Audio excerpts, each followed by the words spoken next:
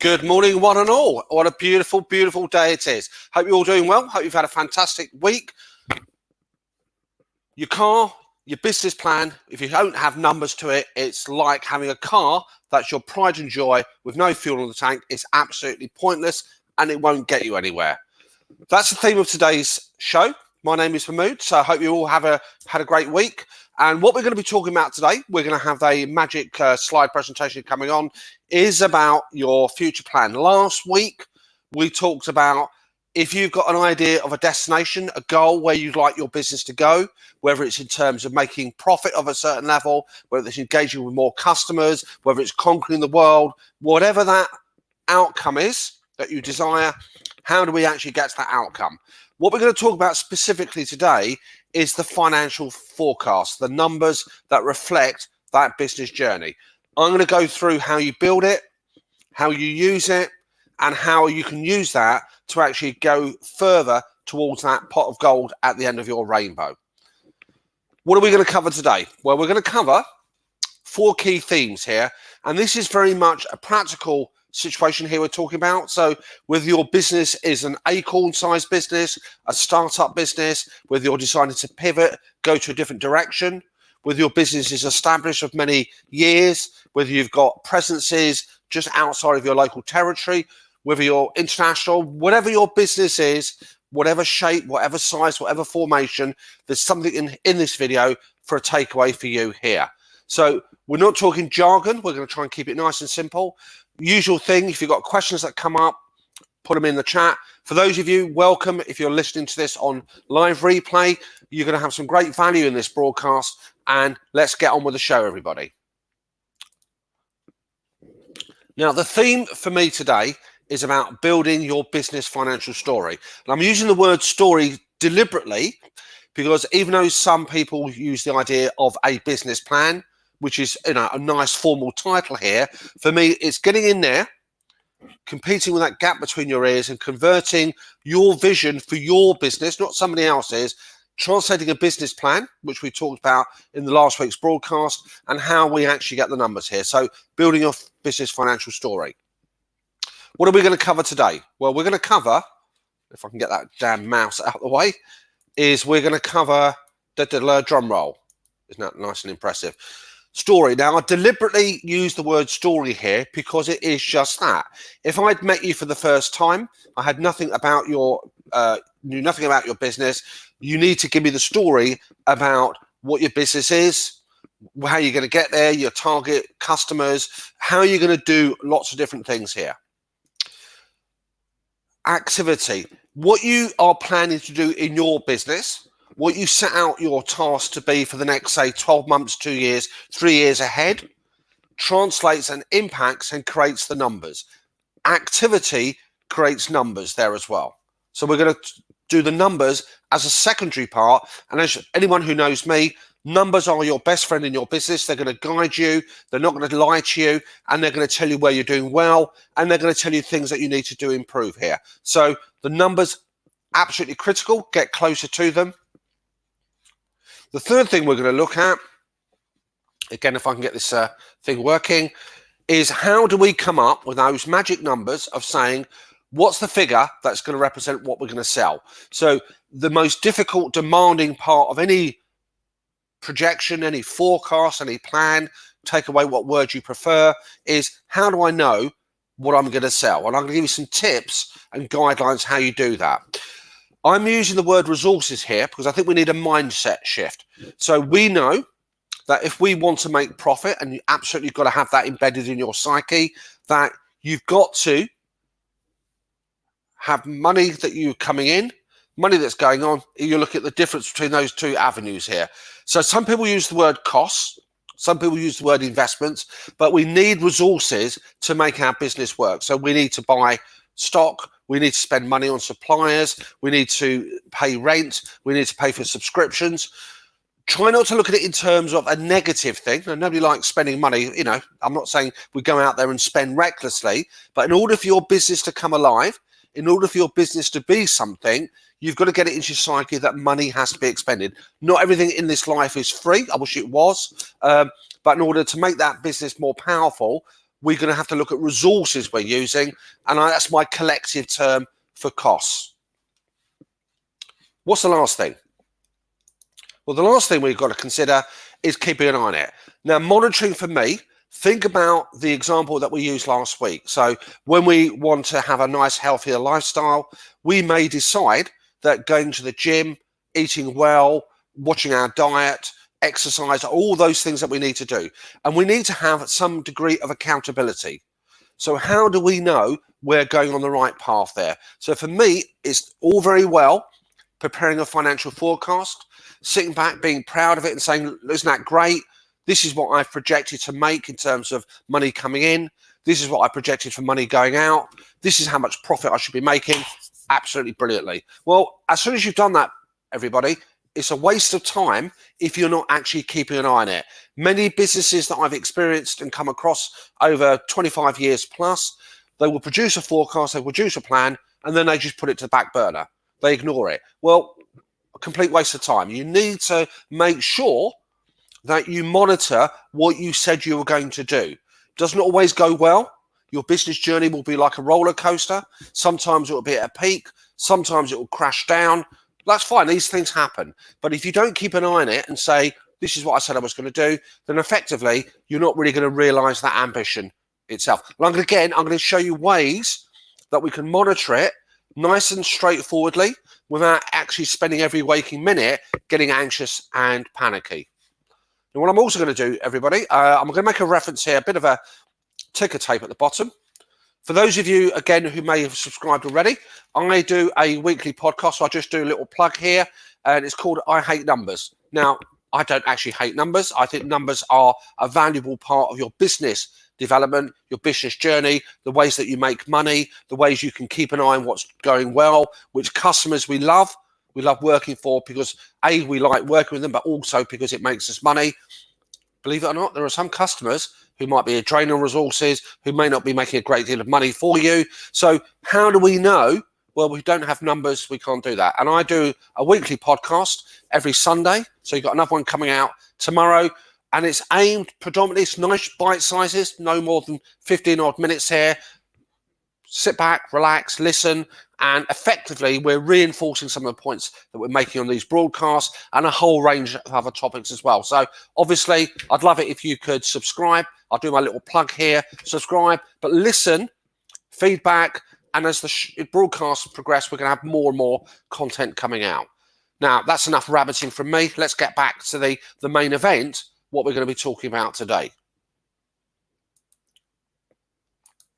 So for me, everything starts with what is your story. And by story, here we are lying in the sand today. Tell me where you're going to take your business over the next year, 2 years. Again, my personal preferences, I like a business plan typically for, say, maybe 2 or 3 years.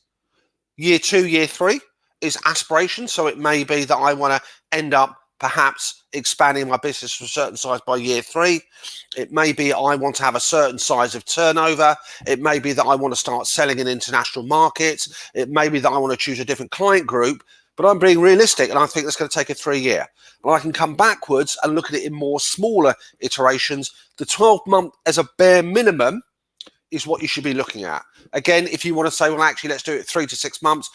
Personal preference, it's not really going to cut it because some things that you do now, like spending money, will take time to bear fruit. So again, my personal preference is 12 months is the bare minimum. So the first thing you need to consider is what is your personal destination? Some people use the word goals. Where is it that you are wanting to end up? Now, characteristics of destinations, he says, my apologies here for this rubbish tech I've got in front of me. I'll blame it also on the tech. So 2 things your destination, your goal has got to be. Firstly, it's got to be measurable.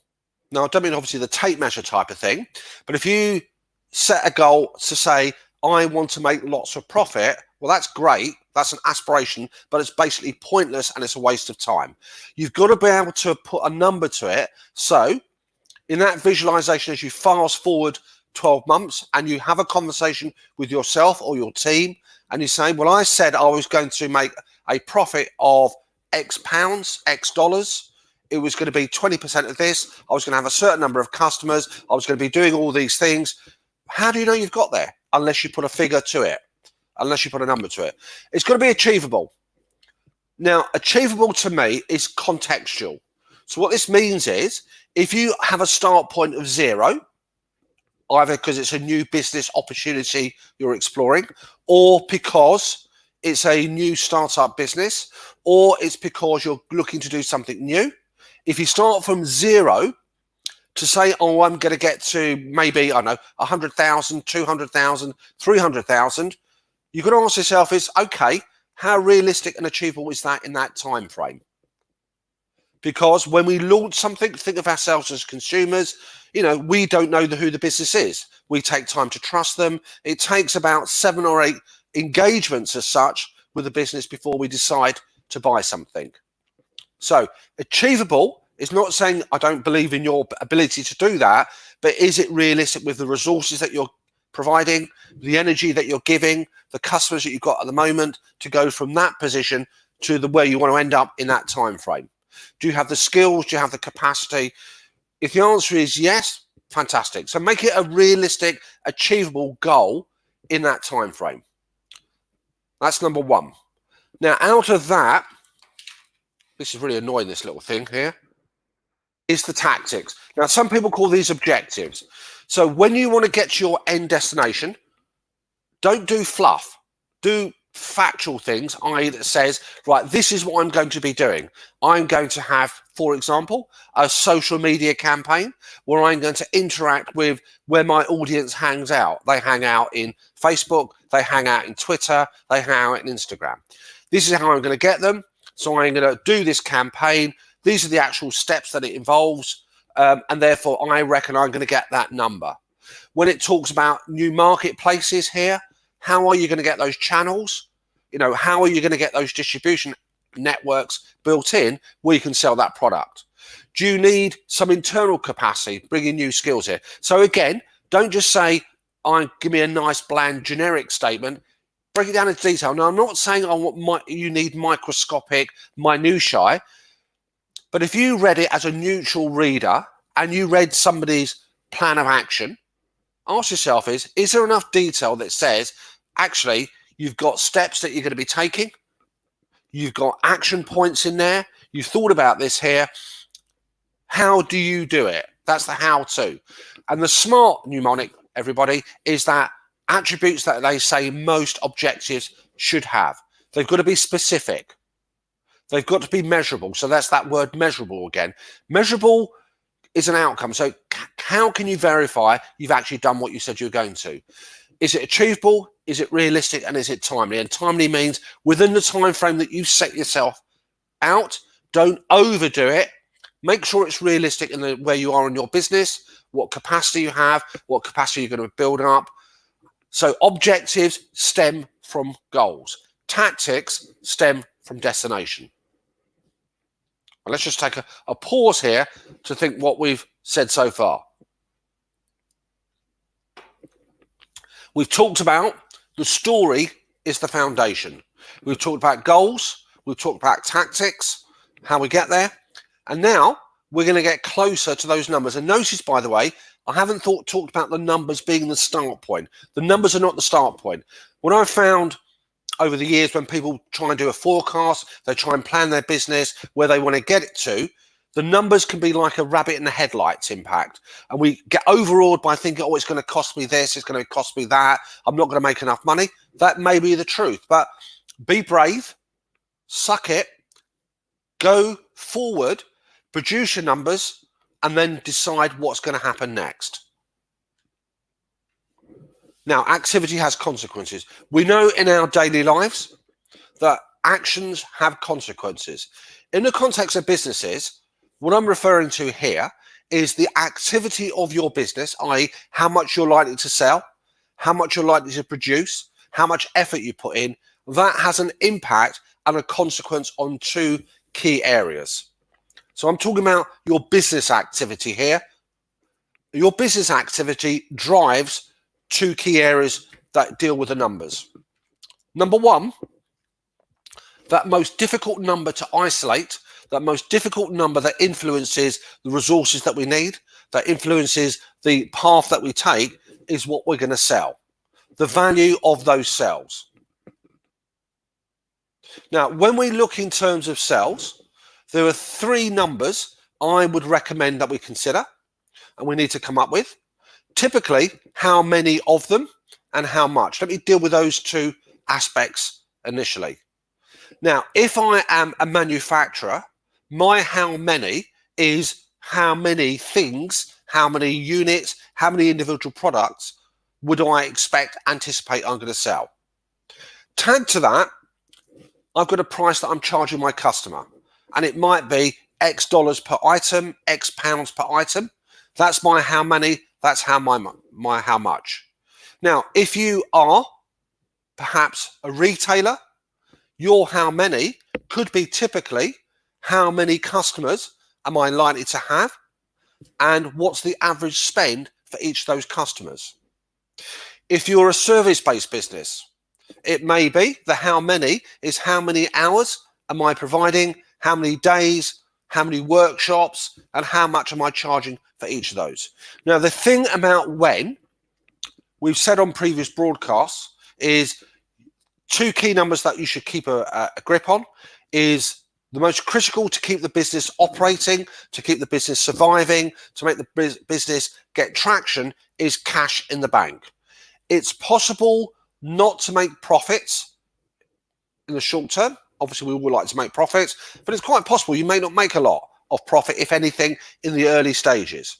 But ultimately, you need access to cash. When the cash runs out, show's over, folks.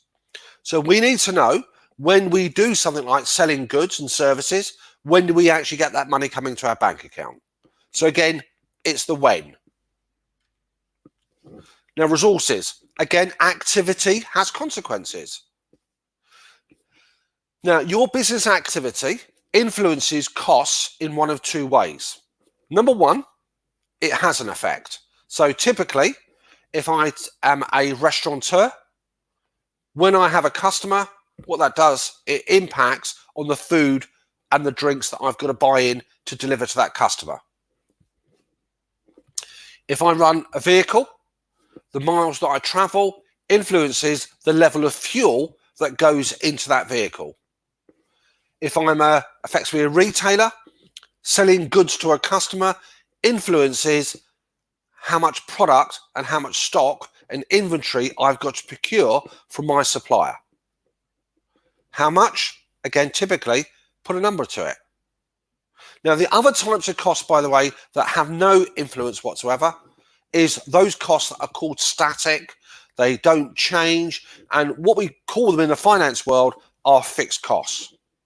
So typically, if you've got an office space, if you've got your own salaries and monies that you've got to take out of the business, they're largely going to be constant. They're largely going to be fixed. Insurance on your car, on your property, on your equipment will be fixed. So whether you have 0 customers, which is quite depressing, or whether you have a lot of customers, those costs remain the same. And for me, I would actually separate those costs into those two buckets. Again, we're going to look at that with some numbers, by the way, on a slide that's going to follow. But think about the resources. Think about those costs that get influenced by what you sell, by what you produce. Think about those costs that remain largely static, and effectively we have them irrespective. Again, in the world of numbers, some people might call them fixed costs, some people might call them overheads, but those are the costs that stay the same, whether your business is flat as a pancake or whether it's a rising star. And again, think about, at this stage, the timings of them. So if I'm buying materials from a supplier, when does the supplier expect to get paid by me? If I've got rent on a property, if I've got rent on office space, when does the landlord expect me to pay my rent?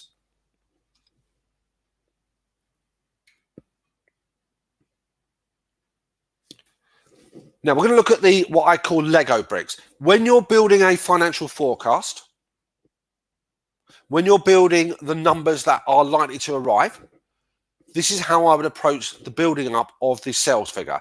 And when I say Lego bricks, I always think it's nicer. Just think about building that wonderful Lego model, think about building a house, think about building anything, the foundations give you the outcome. And it's the same with sales numbers here. And these are the bricks that I'm talking about. Now let's assume, and this is the power of actually getting an understanding of your business numbers. This is an idea of getting down deep and dirty and drilling down here. I will give you some tips at the end of this broadcast, by the way, about if you haven't got an idea what to do, because your business isn't organized that way, there are good solutions here that we can do without necessarily raising, lots of money from the bank. Very affordable, good solutions. So I've got an example of a business that my total sales comes from 2 groups. Those groups could be different customer groups. So I could be selling wholesale retail. I could be selling to high value customers, low value customers. I could have a look at my groups in terms of products. So I could make product 1, product 2. It's very rare and unusual that businesses only do one thing. They normally have lots of tricks, lots of sales activities and types. So in my own business, my groups would be typically advisory work, accounts work, tax work. Obviously got my little plug in there. If you're a retailer, it could be commodities, groups of products that you're selling. So effectively, if you're a restaurateur, it could be, your groups could be takeaway, eating in. If you're a manufacturer, it could be widget 1, widget 2. Even if you think you only do one thing, by the way, or I'm only doing training courses, look at it, look at the different markets that you're serving. Is it online? Is it offline? Is it a 4-week course, an 8-week course? Is it a 5-day? Is it an ad hoc? So your sales need to be broken down, I would suggest, into different groups. Break it down by the type of customer, break it down by the type of product. I prefer, if you get down and deep, is to do both of them, because you can link them on. But that's a story for another day. Let's keep it nice and straightforward and simple. So first question is, I'm looking ahead for the next 12 months. Now, ideally, when you're building up your forecast for the first time, I would suggest that you look at these, how many, and you break it down on a month-by-month basis. Alternatively, you might just say, well, actually, finger in the air, I reckon I'm going to sell 5,000 for the next 12 months. So whichever way it goes, you can either go for the grand total, but then you have to break it down into each month, or you start with the steps and go forward. So here, I've forecast based on what my business is going to do, the engagements I'm going to have, maybe based on a position from last year, maybe based on what my market research says. I've stuck my finger in the air and I've come up with a figure of saying 5,000 of these products, 5,000 of these hours, 5,000 of these customer exchanges, and 2,000 in group 2. I then said, what's the price I'm going to be charging for each of those items in that particular group of products or customers? So it could be, for each one that I sell, my average price is $20. And for the next one, the average is $15. For those of you looking in the UK, obviously I know we do sterling. For those of you looking international, it's dollars. I like, in all my financial broadcasts pretty much, unless it's country specific, to talking dollars, because numbers are an international language that we're doing here. So please don't get upset if you're listening to this and thinking, hang on, my exchange is not dollars. It's the numbers that we're looking at, not the currency. Now, nice and easy for me to do. The conversion is, that converts into how much of them. So 5,000 of these items to that particular customer group, 5,000 of these products, 5,000 hours, 5,000, whatever you want to call it. If you've got a group of companies, if you've got a bigger company, it could be a number of days or number of hours that you're providing a service for. That gives you a total of $130,000. Perfect. Now, obviously, I've summarized these Lego bricks. The more you can build those Lego bricks up, what that means is when you look at the story, you can go back and think, oh, okay, what would happen if I increase the number of transactions, the number of customers, the number of products? Then you can see the impact there as well. Obviously, you may be thinking, but how on earth do I do that? You're not going to do it on a piece of paper, even though I love writing on paper. You're going to use some tools, which I'm going to mention at the end, to help you come up with these numbers. Don't obsess and get worried about the calculations. The heavy lifting can be done with lots of tools at your disposal. And I'm going to make some available to you if you so desire. The last question I need to decide for the cash flow is the timing. So if I'm selling wholesale, it could be that on average, the customers that I'm selling to, if I'm selling business to business, if I'm selling wholesale, they will take on average 30 days. That's my terms of business. I give them 30 days from the sale to actually get the cash in my bank. Make sure we differentiate that. If you're a cash business and you say, well, actually, I don't do anything until they pay me first of all, fine, there's no timing issue. But there will be a delay typically for most businesses between the initial transaction, carrying out the work for the customer, and getting that money into your bank account. If you're doing business to consumer, maybe less so, but business to business, my view would be that in the main, most of us will have to entertain the idea of giving people time to pay. And again, if you look back on the podcast, if you look back on the previous broadcasts, I've talked about how do you get paid on time and those tools and tactics that we need to adopt. But again, that's not the purpose of the conversation today. Now, what do we think our next one is? Now, if you do it for money coming in, you've got to do it for costs, which I referred to earlier on as resources.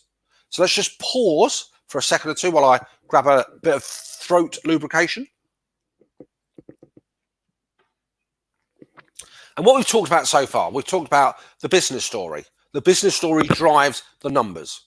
We've talked about the numbers. We talked about activity has an impact on the figures that you produce. So what you sell, how many customer interactions you have influences the money coming in, the sales, and it also affects the resources that you need, the costs to actually make it happen.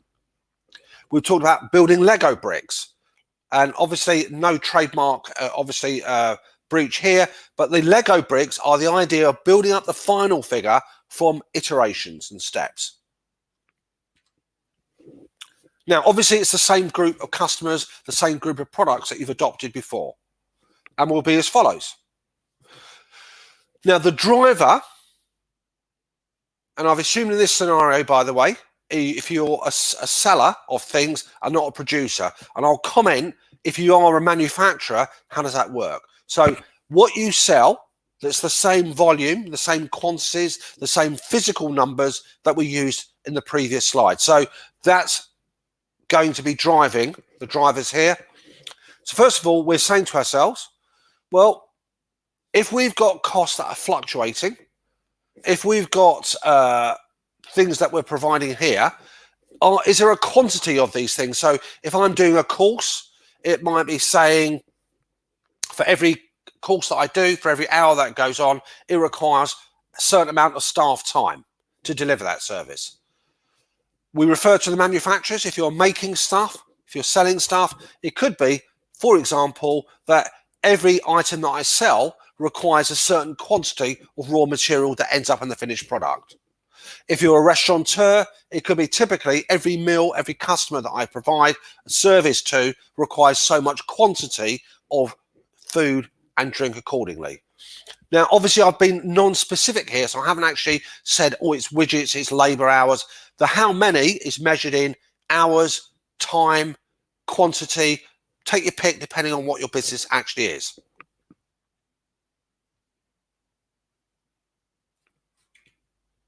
How much? Notice the same idea. So now you change the hat, by the way. You're thinking, what do I need to pay the supplier for each of those items coming in? If you don't know, check it out. Get quotes. Now, if my maths is correct, that's what it translates to. So in cost terms, and these aren't variable costs, what we sometimes call direct costs, these are the costs associated with delivering it. So these are the costs that fluctuate according to how many you're selling. The overall forecast cost is $75,000. For group 2, it's $20,000. So that's a total cost to the business of $95,000. Now, the other group of costs are called fixed. If you notice, by the way, I haven't put them against each individual group here because in the main, most costs like rent, rates, wages of staff, wages of yourself tend to be fixed in nature. They're not specific to an individual product group, an individual customer group. If they are, shift them accordingly. And the last thing, everybody, is the timing. So I've summarized it in aggregate. As you're building up this model, as you're building this thing up, you're going to be saying, actually, typically, things like salaries for yourself, salaries for your support team will be paid pretty much at the end of the month. When I've got things like services that I'm contracting in from outside, typically I get a 30-day term to pay that bill to them. And remember, we need the timing for the cash flow. If you don't consider the cash flow, I would say probably largely you're wasting your time. Now, the last thing I want to talk about is the monitoring. You've done this, you've sweated some stuff, you've got your financial plan together, you look at it, you've done the stress testing that we've referred to earlier, and now once it goes live, so to speak, you're going to get some monitoring done. Now, what is it you should keep an eye on? And I think there's two things you've got to keep an eye on. Keep an eye on what is critical in your business. So for you to be successful, what are the things that you've got to keep a watchful eye on? And it's not just numbers. It could be that actually critical in your business is speed of delivery from you getting an order, delivering it to a customer. It could be you broadly say customer satisfaction. Well, that's great, but what is it specific for your customer base that makes them go, thumbs up, we love you, we want you to come back, we want to buy more stuff off you? Is it the quality of the product that you're delivering? Is it the quality of the service? Well, how do we measure it? Well, we measure it a number of ways. We can look at terms of feedback. That's okay. It's limiting in some respects because not everybody answers a survey. It could be if you're making stuff, how many rejects do you get? What's the quality of the materials? So keep an eye on what's critical. If it's happy customers, well, if they're buying back from you again, you're going to have to look at return spend, how long you keep them for, retention, all those weird things. Minimum is if you've got a plan, make sure you check your results against that plan. Reality is it actually goes live. You're actually doing it now in the month that you were doing it, and you're measuring it against your expectations. How often should you do it? It's a classic depends. It depends on circumstances. So as a broad brush general answer without knowing individual businesses, the bare minimum is going to be once a month. So once a month, you've got to review your actual income and spend, those key indicators that you said are important, and you monitor it against what you said you were going to do on a monthly basis. I've worked in industries, effectively, believe it or not, where it's actually done daily. So for those companies that are very responsive to dramatic change in their environment, so retailers, for example, then typically they would be looking at what's happening on a daily basis. I think most businesses aren't going to be in that situation. So minimum monthly, but you might say to yourself, do you know what? There are certain things I'm going to look at on a weekly basis. So, you know, what's the figure that represents money coming in on a weekly basis? What's the level of customer outstanding at my business on a weekly basis? So adapt to your own business circumstances. Don't overwhelm. Look at everything. Look at what's important. Look what's critical. Now, it's all very well looking at it, but you've got to do something about them. If you've got your numbers there and you say, look, I've spent too much this month, this is what I should be spending, and it's not looking good, well, do something about it. Investigate, figure out what's going on, and put it right. Is it because you were misquoted from a supplier? Is it because you bought more than you thought you were going to? Have prices gone up? Have you actually used a different material, different supplier? If you're overspending, you can do something about it. And it could be, if you're doing more business, naturally, you're going to spend more money. So, you know, that doesn't seem too bad. But if you don't do something with that information, again, I would suggest, and it sounds quite dramatic, it's pointless doing it in the first place. Action reaps benefits. Inaction doesn't. And I appreciate the overwhelm. We've all got lives, we've all got business to run, and I'm thinking about light touch here, and that's why I would say be selective of what you respond to within that time frame that you set yourself. Tools. Well, my view would be, everybody who knows me well enough here, is whatever your size of business, so whether you're a solopreneur, whether you're just starting off, is start as you mean to go on. Take your numbers seriously, and the world of digital, the world of cloud, is something I would recommend to a business that's just starting up. maybe a modest income, you know, could be just 4 or 5 figures. There are platforms out there. I have my own preference, and not gonna be ashamed to say it. I'm a big Xero fan myself. I've handled digital products of varying guises, but for those businesses who are serious about growing their businesses, you've got to get your stuff in the cloud. You can put your plans in the cloud, by the way. You can put all your data capture. Let the cloud, with some expertise, weave you something where it does the heavy lifting. If you keep an eye on what's going on, and I'm talking about every waking moment, I promise you, you'll find it's gold for your business. Spreadsheets are lovely. Think of the cloud as spreadsheets on steroids. Okay, everyone. So what's the next thing that we need to do? I would say, good to know. So you'll probably find me on a variety of platforms. We've talked about the weekly podcast. We've talked about information. I'm a big believer in sharing it, distributing it here. If you don't even fancy saying, you know, I don't want to get bombarded, have a look, check it out, subscribe, download. There's lots of valuable information there. We've got toolkits, we've got resources, but ultimately, what I'm more interested in is you guys thinking about your business futures, thinking about how you're going to make those futures a success and a reality, and doing something about it. Got some great announcements coming up for next week. We've got a new format show. You're still going to have me speaking, but we're going to now have a shine the light on real businesses in terms of what they get up to, sharing their own experiences, and we're going to have that on the show. And the show is revolving and evolving as much a response. Listen, everyone, thank you for your time today. Check out the podcast.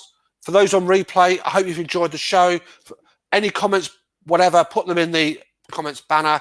For me, I'm going to sign out now and have a fantastic week. And I look forward to seeing all of you next week. Check.